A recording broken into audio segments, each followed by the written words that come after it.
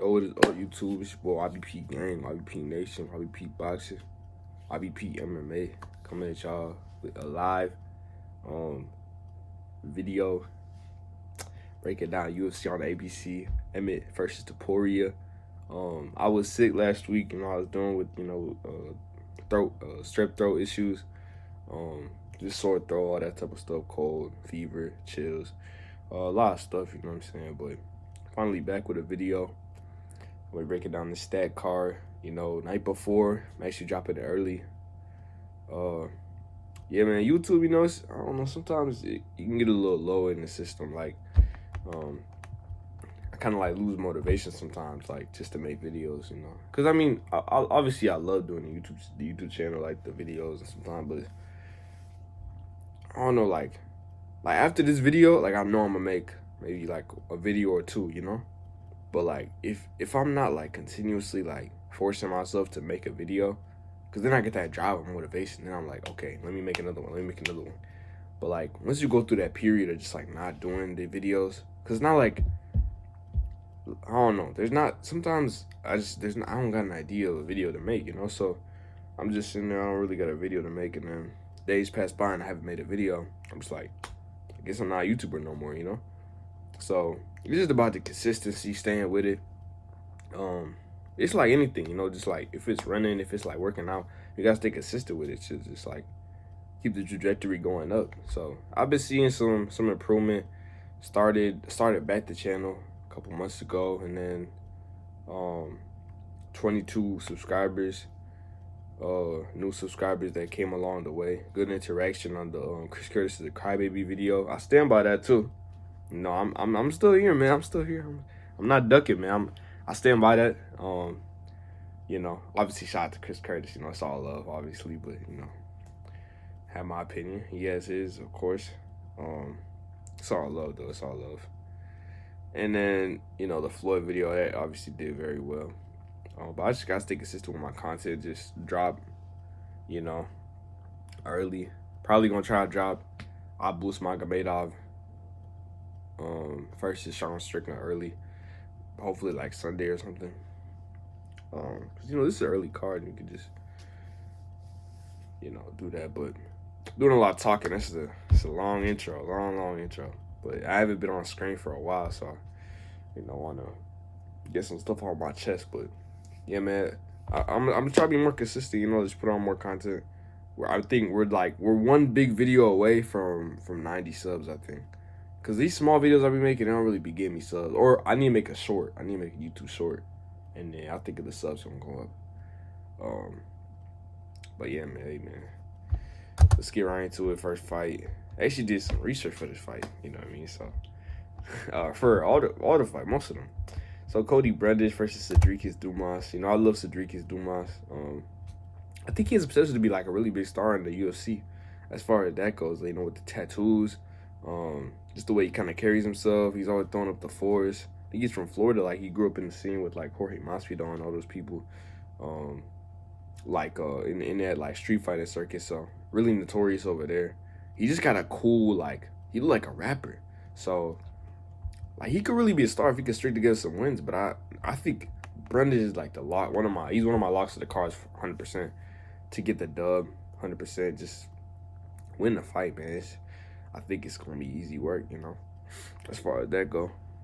So, for Brundage, just because, Brundage has, even though it is short notice, he's going to have the advantage in a lot of ways. I saw Sedriques Dumas when he came into the UFC against Joshua Friend, I think, Josh Friend. He just looked like an incomplete fighter. Like, he didn't quite have all the stuff needed to really, like, compete at the highest level. And Brundage just fought, and he really needs this fight, too. This is not just some fight. He's lost his last two by finish, so giving them a prospect to Sedriques. For Sedriques, this is an opportunity to catch someone like on their way down. And for Cody, you got to make easy work of this kid, man. I think for our first round knockout, Brundage by anything. I don't think Dumas has much of a chance. He should honestly be a bigger. I think Brundage should be he just has the advantage everywhere, like power. If Sedriques don't fight like a really like an MMA fighter for like he doesn't really have he's not quite fully developed as a fighter. So I couldn't even see him going out there and fighting a 3-round decision. He looked kind of clueless in that front fight, like a little overwhelmed with what was coming at him. So I think if Brundage can put on the wrestling, man, take him down a couple times, make him feel how he did in his last fight, it's gonna be wraps, you know. Yeah, even though Dumas is 27, but he's still very like young as an MMA fighter. And you know, I mean, street fighting, you know, of course, you know, I'm sure he was very good at that. Not to say that there's not parallels there, but you know, we see Masvidal. You know, you gotta learn the other aspects of MMA and stuff like that. There's stuff that at the end of the MMA is a sport, so you gotta learn like you gotta treat it as such. So, I think he just needs to round out his game a little bit more. But yeah, I think this is it's a lopsided matchup. I think Brundage is gonna knock him on the first round. It's gonna be light work. First fight of the night is gonna be at like 10 o'clock, so that's really cool. Can just wake up, watch the card. But yeah, this is a bit of a match, I think. So give me Brundage. Long breakdown, my fault. Brundage by round 1 knockout. Next fight, got Emmers versus Jenkins. Now, this fight too, I feel like it's a little lopsided too. I think Jenkins, I feel like everyone's like harping over like, oh, he's so good. Like the fight that he had with Don Shanis and all this stuff. He's all right, bro. Like he has the kicks, bro. But like Emmers in this matchup, he's gonna be bigger. He's gonna be longer. He's gonna be taller. He's gonna probably have the power advantage. He has some takedowns too. He's just better, man. I don't know what to say, man. He has that dog in him too. I mean, Jamall Emmers, he made there is a worry with the submissions and stuff, but he was going to a split decision with Giga Chikadze, you know, and Giga Chikadze, whether y'all want to trash on him for the trash talk he had against Calvin Kattar and then getting like slumped or getting like beat over 5 rounds or whatever, like Giga Chikadze is a really good prospect in the UFC, way ahead of these guys, way ahead of Jack Jenkins or any of these guys. So, you know, this isn't a Steve Ursay case coming in on short notice, Australian, you know, doing the business. Like Jack Jenkins, man, he's all right, bro. He's not that good, I don't think. So I think Jamall Emmers is gonna really like play with him, really on the feet, just show him what it is, you know, just like really baby him, just straight business like that. So give me Emmers by round 2 knockout. Another matchup where I don't think is like, it'll be competitive for as long as it lasts, but I think Emmers is really gonna pull away and really put it on Jenkins, really show him like there's more to striking than there is kicks, you know. So like I said, and Jenkins is small too, you know, 5'7", 68 inch. He's a small little boy, bro. He's a little boy, you know. I know Emmers struggled making the weight. That just shows how big he is. That's not gonna matter when the fight comes. He's gonna little boy him. You can even see what the prediction. Why are people picking Jenkins by decision?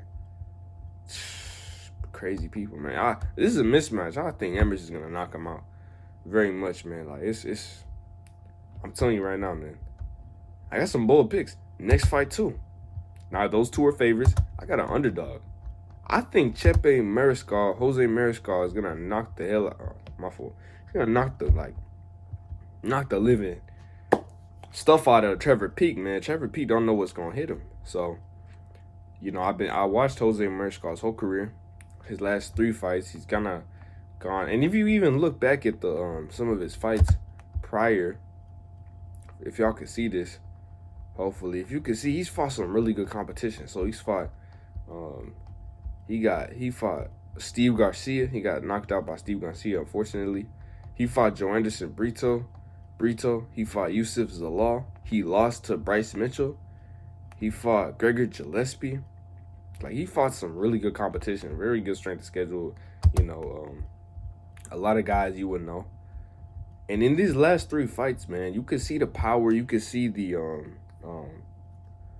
just the willingness to throw. I think they're like very, very close to competition. I'm seeing a lot of people pick Trevor Peek. These picks, I don't know why they're so like, no, bro. It should not be 90-10. I would even argue like Chepe might hit a little harder than Trevor Peek, man. And Trevor Peek in his last fight, he was doing standing hammer fist. He's a really exciting guy. You know, well, I don't know if I really want either of them to win necessarily. Trevor Peek's a name though. Like he's a star in the UFC now with the Eric Gonzalez fight. He's undefeated. He's just a really action-packed guy. Like he just, you know, I heard his story. He was talking about how on 50K he had Like he couldn't. He was working like 3 jobs to really supplement his UFC career, and now he could just kind of flourish without it, with this 50K bonus. But this fight's a lot closer on paper than a lot of people are making it out to be. I was hoping Mariscal would be a bigger underdog. I think he's only plus 100 if I look at the odds. I need one of my things I want to do. I want to make a betting show, not a full-fledged out betting show like Bet US or whatever, but like something of that magnitude where I just give y'all the best bets for each weekend, and then I just want to see like where I stack up like each week. Am I actually good? Am I actually like, do I actually know what I'm talking about? Could someone take my bets and make a whole living out of it? So I just want to help the people, you know, people who want to make money off MMA. I think I can help y'all a little bit. You know, I see my picks are pretty decent. But yeah, anyways, I was looking at, where was it? Where is it? Trevor Peak and Jose Mariscal. Yeah, he's actually not, like, my analysis is actually pretty representative of how they feel about the fight. I don't know why, I feel like the odds were closer at one point in time. Oh, excuse me, or they were like a lot farther apart. But it just seems like people are underestimating Chepe, man. Like, the odds don't say that, but a lot of people are just picking Trevor Peak. I think Chepe's gonna get it done. I think he's gonna knock him out. I wouldn't be surprised if Trevor Peak got it because he's the bigger guy in this matchup. 5'9", same reach though. So, hey man, anything's possible. He got that dog in him, man. He's from the U.S. He might have some Hispanic. I don't know where. In what makes him Hispanic? Why he looks like that? But maybe he's Mexican. But he got some dog in him, man, for sure. So does Trevor Peak, but we gonna see, man. I got Mariscal by first round knockout. All I know is that, well, I can say this fight not going the distance, 100%. Zhalgas Zhumagulov. I don't got much to say about this fight because I ain't really look up Joshua Van too much. I just want to see Zhumagulov win, bro. Like, I saw this fight, man. He got robbed against Charles Johnson, man. This fight, man, he got robbed against Jeff Molina. You know, I don't know about the Manel, but he ain't robbed that one. But the last 2 fights were just pure robberies. You know, I just want to see him win. That's all this pick really is. I'm not even gonna lie to you. Joshua Van, he could pull a Steve Erceg. Maybe this kid's like that good, but you know, he's a 21. You know, Zhumagulov 34. Zhumagulov's just really well rounded. He's a pretty decent fighter. Gave I think that's Albazi's best win. Before he beat Kakar Fred was Zhumagulov. So, gave him a pretty good fight. So, give me Zhumagulov to win by decision.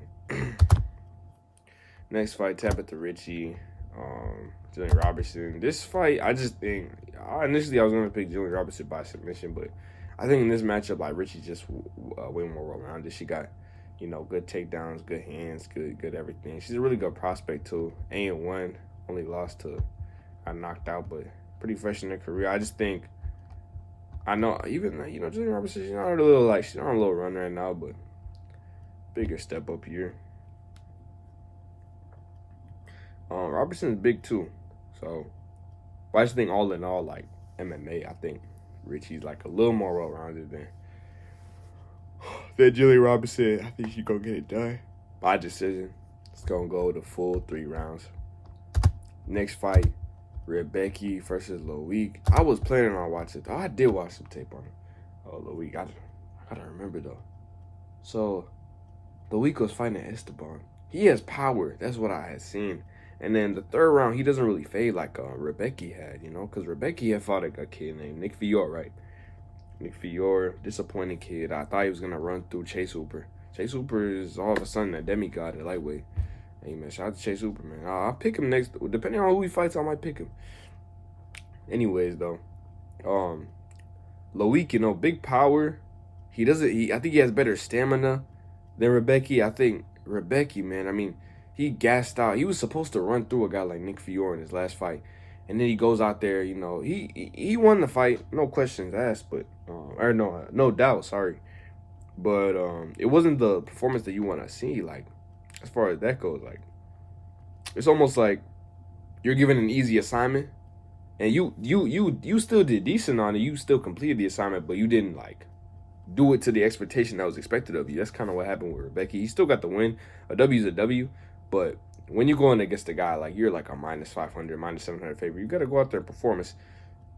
I don't know if it's not the exact same as Armas Aryukin because he's still, you saw the improved ground and pound in the Joachim Silva fight. I was impressed with that. I think if he could do that, if he could take down Charles Olivier and ground and pound and you work on it how he did, he could destroy him. He could make it look easy. But at the same time, the striking, man, you know, I did say this in my breakdown. I was not too impressed with this striking against Zhumagulov. It looked a little rudimentary. It looked a little basic. It looked a little mediocre.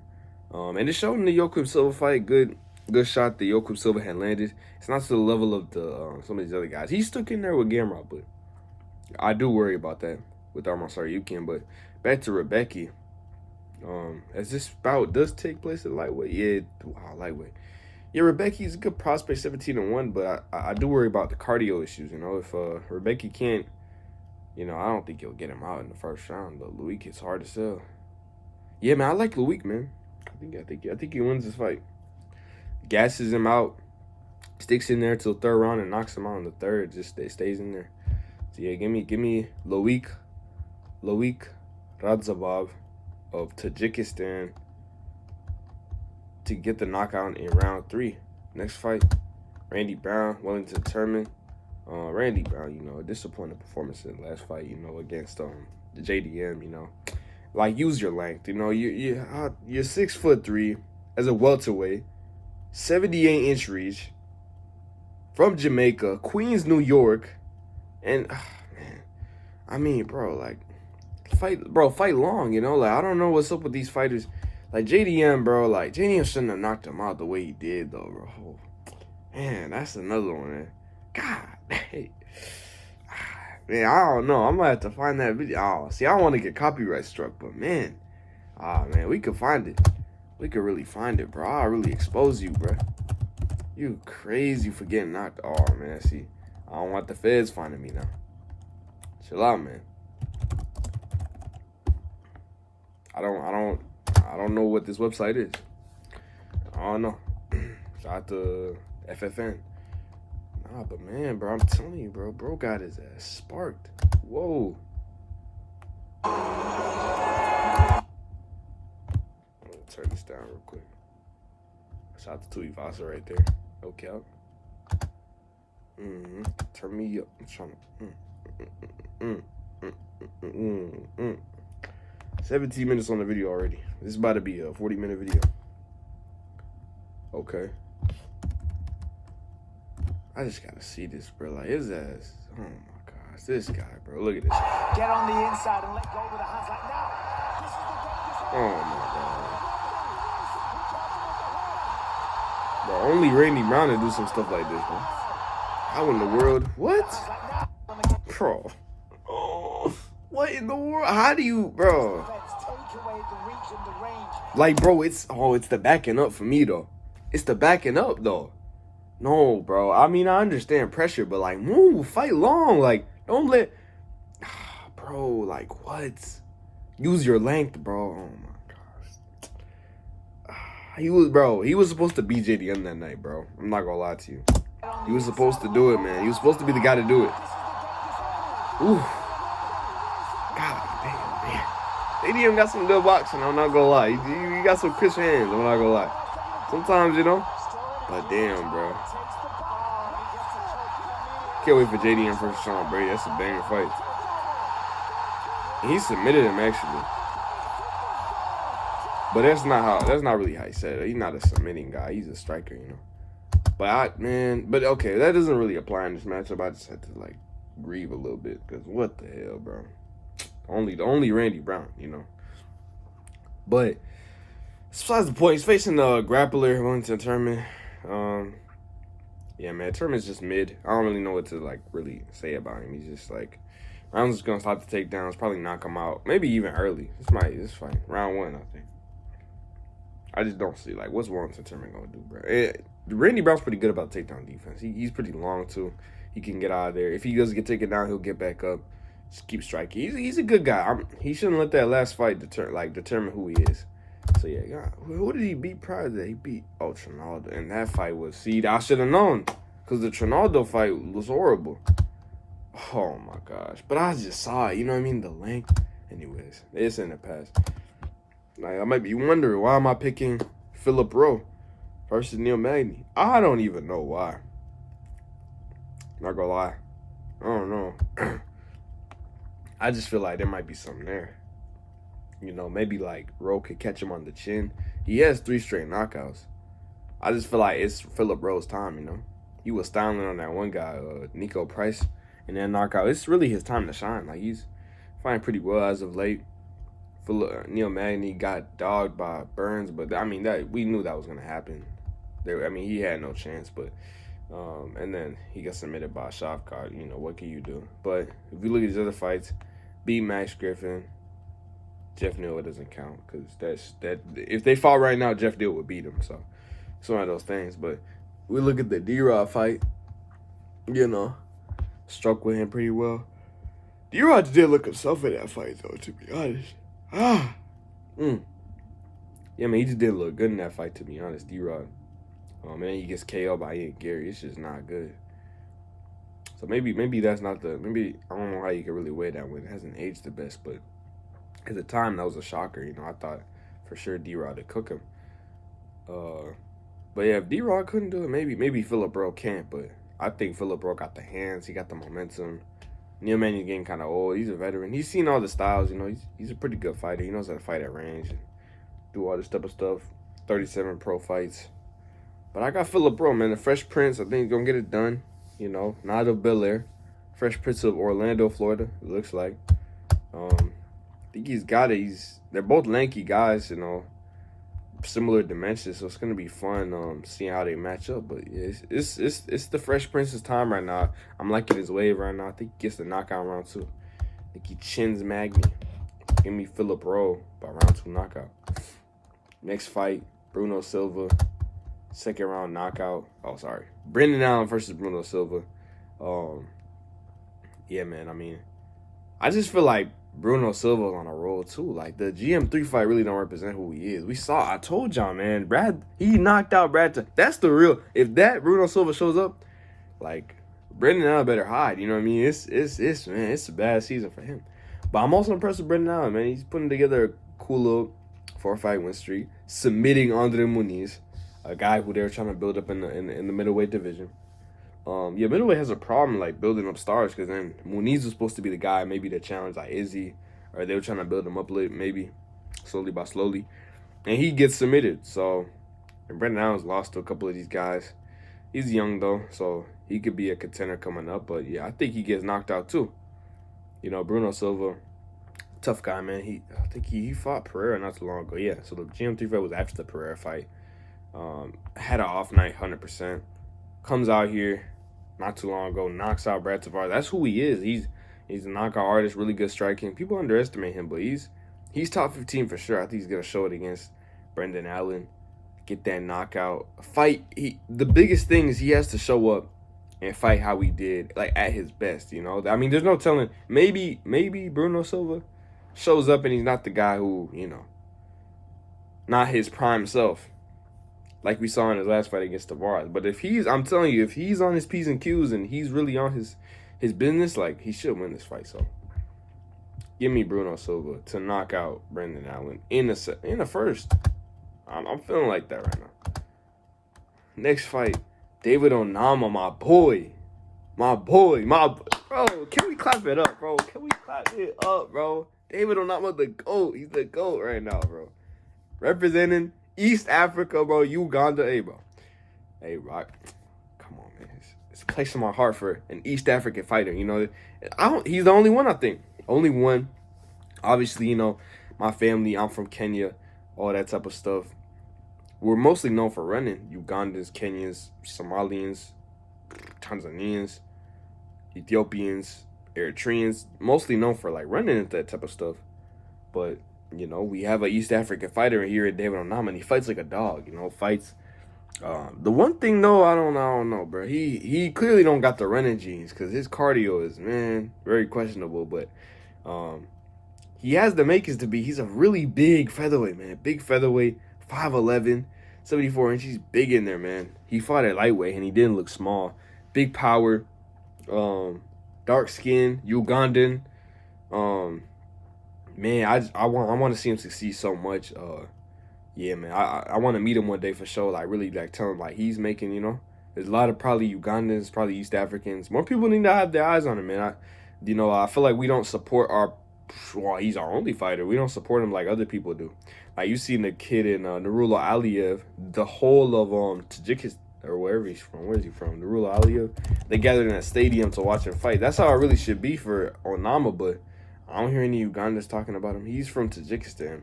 They were in a whole stadium watching the fight, Rafael Alves, and beat him. That's how it really should be for Onama, man. We got to really rally behind him, man. He's 10-2, really bright future, 29. Facing a big prospect. I haven't even gotten into Gabriel Santos. This is a low-key a boneheaded pick. I'm low-key just picking out my heart.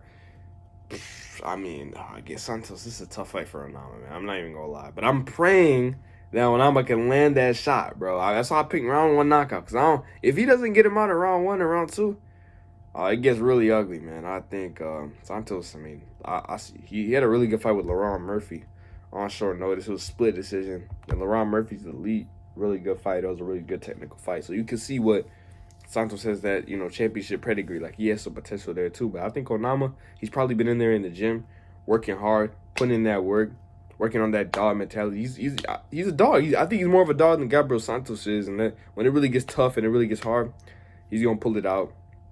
Obviously, I'm picking him to get it done early, hopefully. But he always he finds a way, man. He finds a way. He's going to make this a fun fight, probably. Cool fight. Just really, just really be on that type of business right there, bro. Went up a weight class. Fought Mason Jones. Knocked out Benitez. Submitted Garrett Armfield. Comes out, loses to Nate Landwehr in a fight where I thought he had won, to be honest. No bias stuff, but I'm not mad with it. It was a close fight. But in that last round, Nate Landwehr, I thought he kind of gave the fight to Onama with that last sequence. But, I'm praying, man. I'm praying. Well, I don't know. I don't want to bring God into fighting, you know what I mean? But, because, God don't really decide who wins, man. I mean, yeah, it's God willing. God willing, of course, Onama wins. But if it's not his day, it's not his day, Maybe it's Santos' day, but I really hope Onama can get the dub, represent East Africa once again, go out there and make everyone proud. I'm going to be cheering for you, man. If you ever see this, man, I'm cheering for you. Yeah, this is not a breakdown pick. This is not X's and O's. Do I really think Onama's going to win? I'm picking him as a fan. I'm picking him as a supporter. I'm picking him as a fellow East African brother. And I'm picking him because I'm really a fan. I want him to win. I want him to succeed. I want him to go far. So, man, give me Onama any day of the week. Monday, Tuesday, Wednesday, Thursday, Friday, Saturday, Sunday. Picking Onama with the dub. This time by knockout. Let's get it, bro. Next fight. Hey, man. Ride for my dog, man. Ride for my dog. Main card. Jacksonville, Florida. Come on, man. Next fight. Justin Tafa, Austin Lane. Another fight where I just think Austin Lane's outmatched, I mistakenly thought that Justin Tafa was Junior Tafa, so I kind of laid off this pick. I'm not as confident, but I'm still pretty confident. I think Lane, bro, bro's just a football player, bro. Got sparked by Greg Hardy in 35 seconds. He's on this little win streak, beating these guys. Came back on Contender Series, did some good stuff, but all in all, man, he's not he's just not as good as not as good as Justin Tafa. Justin Tafa, man, hella UFC fights, just a veteran, a legend in the game. Only 29 actually. Austin Lane's way older. Yeah, maybe. I mean, I will say Austin Lane probably moves better. He might be a little more athletic, but I think once Tafa catches that chin, bro, it's over, man. He's gonna really beat him up. But yeah, I mean, look at the knockouts, man. You know what I mean? So Austin Lane. I mean, you telling me Austin Lane better than Vandera and Carlos Felipe? No, bro. That man's not even. He's probably the worst heavyweight guy on the roster.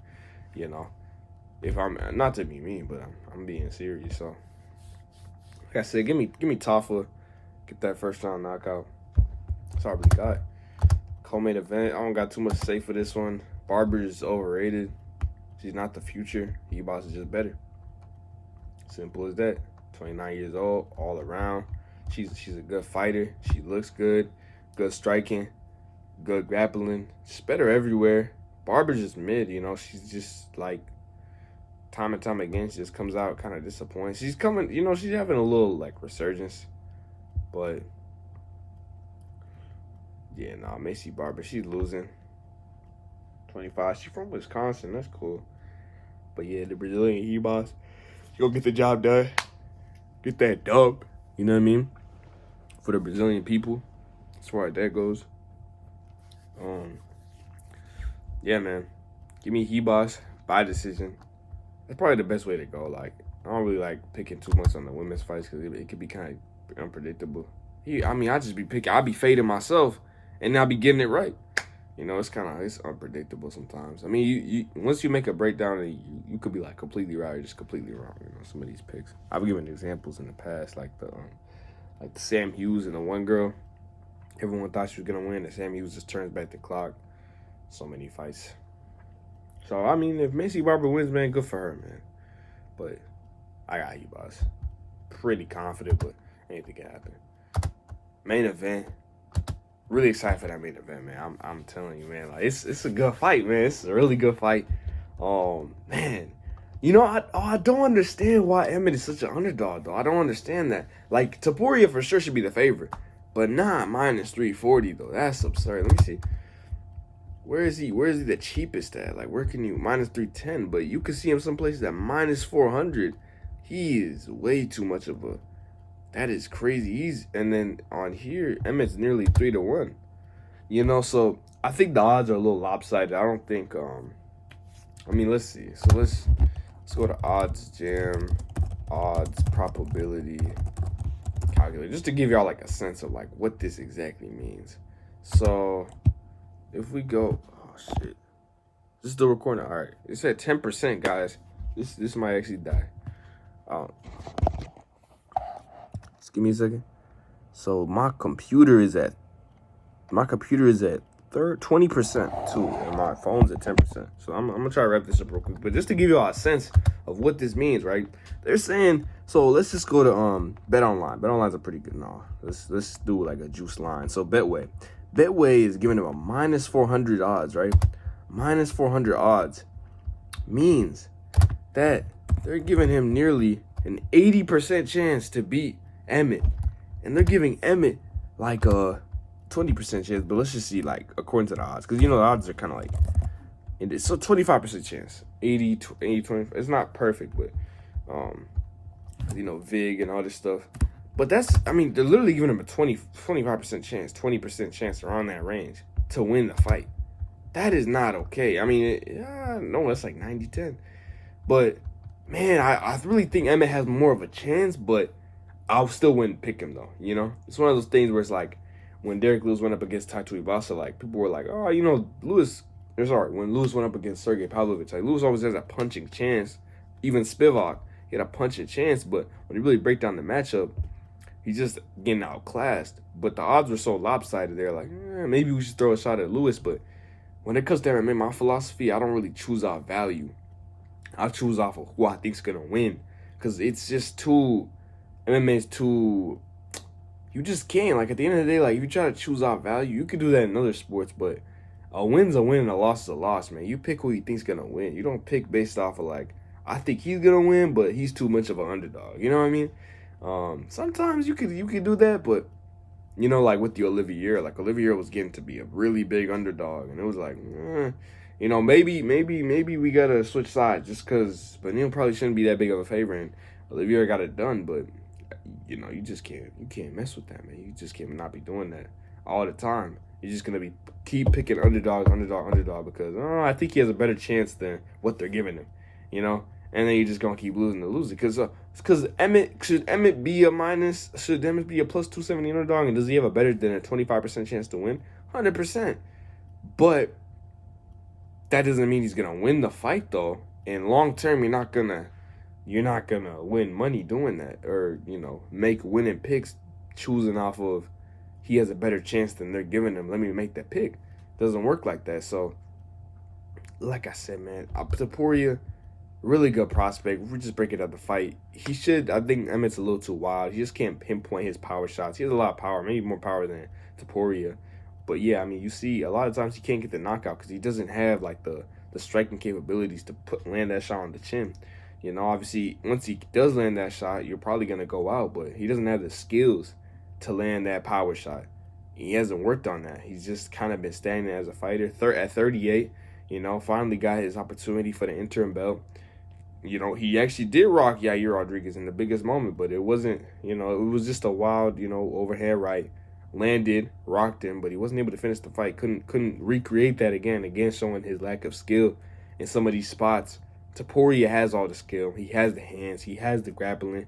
He has the jiu-jitsu, has the chokes, has the kicks, has the striking, has the power, has the finishing capabilities, has the looks. He has the fan base. He has everything around him. He's undefeated.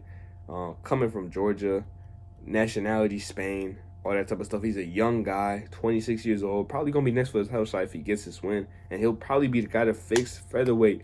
We're tired of seeing Max Holloway hold up the division, beating these up-and-coming prospects. I think Topuria beats Holloway right now. Maybe. I don't know. Maybe not. But it's a good fight. I think Topuria could just get the line off Holloway, man. And get him up to a title shot. But yeah, I don't think there's anything that Emmett can really throw at Topuria that's going to be... And I think even Topuria is a small guy. He's the bigger guy in this matchup. Emmett's a short guy. So, obviously, you do give Emmett more of a 25% chance to win the fight. But all in all, he's outmatched when it comes to the skills and all that other stuff. But, yeah, man, give me Topuria by second round knockout. I don't think this fight goes too long. For sure. But I don't think Topuria is gonna have to go through the fire a little bit. I don't think it's gonna be a walk in the park, but he'll find that finish eventually. On my locks of the card, Topuria, Hebas, Tafa. I love Ricci, Chepe, Emmers, and Brundage.